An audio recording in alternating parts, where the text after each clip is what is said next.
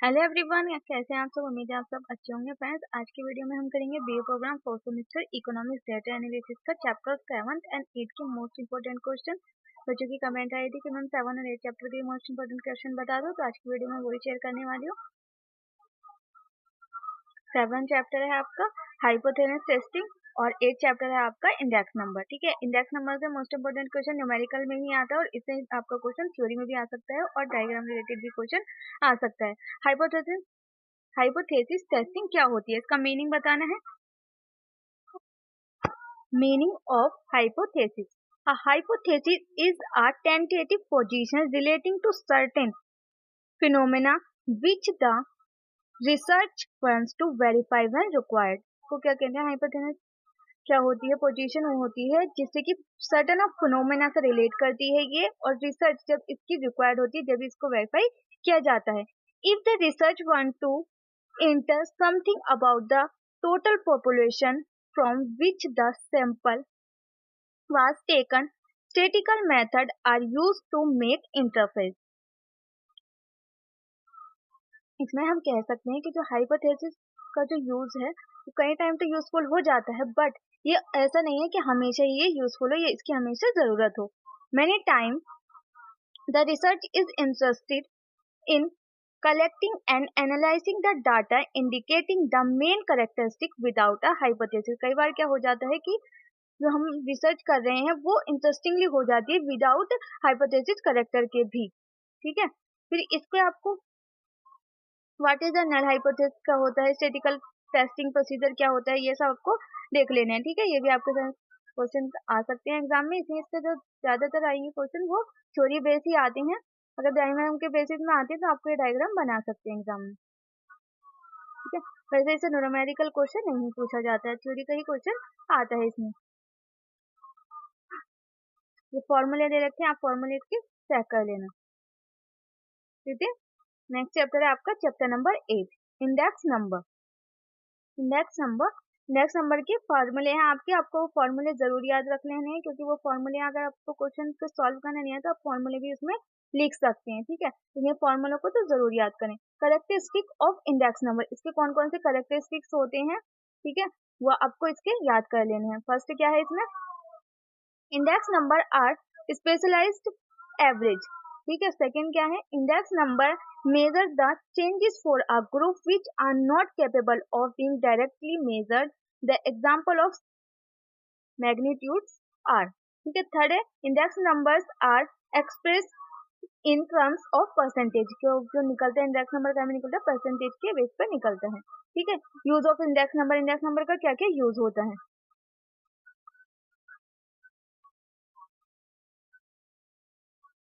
Measure of index number, इसके फॉर्मूले दे रखे हैं, देखो। Simple average of price relatives, अगर हमें सिंपल प्राइस का इंडेक्स नंबर निकालना है तो उसका फॉर्मूला क्या होता है, हमारा फॉर्मूला हमें दे रखा है, ये उसका फॉर्मूला होता है। ठीक है, एग्जाम्पल दे रखा है आपके टेबल के माध्यम से, इसको सॉल्व करना है, जिसका आपका आंसर निकल जाएगा।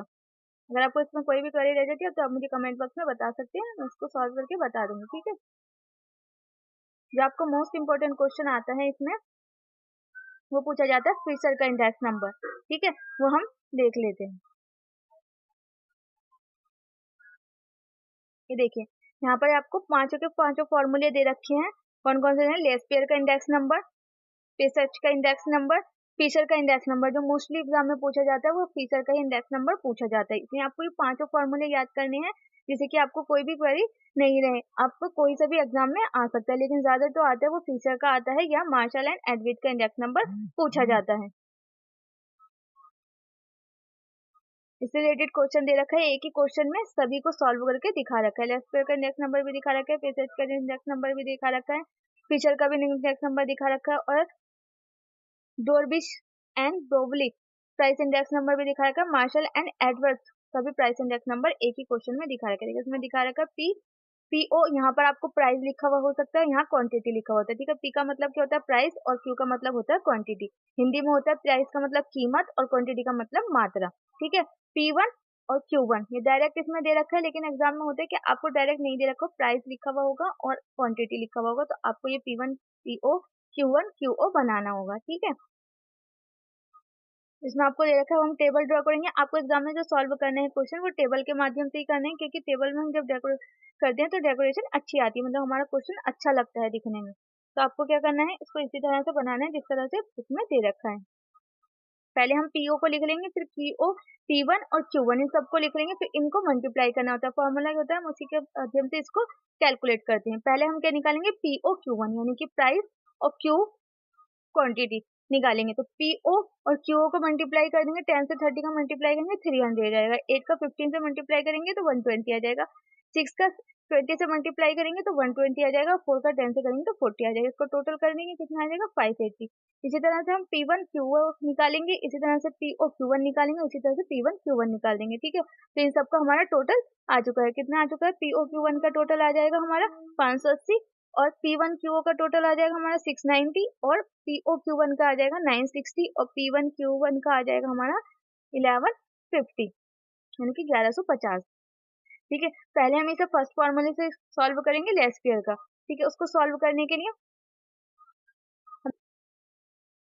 फर्स्टली हम फॉर्मूला लिख लेंगे। फॉर्मूला लिखने के बाद हम इसको सॉल्व करेंगे। सॉल्व करने के लिए हमें जो पीओ क्यू1 में कितना दे रखा है, हमें 690 दे रखा है, तो हम 690 लिख लेंगे। अमाउंट में कितना लिखेंगे 580, क्योंकि हमारा पीओ क्यूओ कितना है 580। ठीक है, और मल्टीप्लाई किससे करेंगे 100 से। ओके, तो हमारा 0 से 0 कट जाएगा।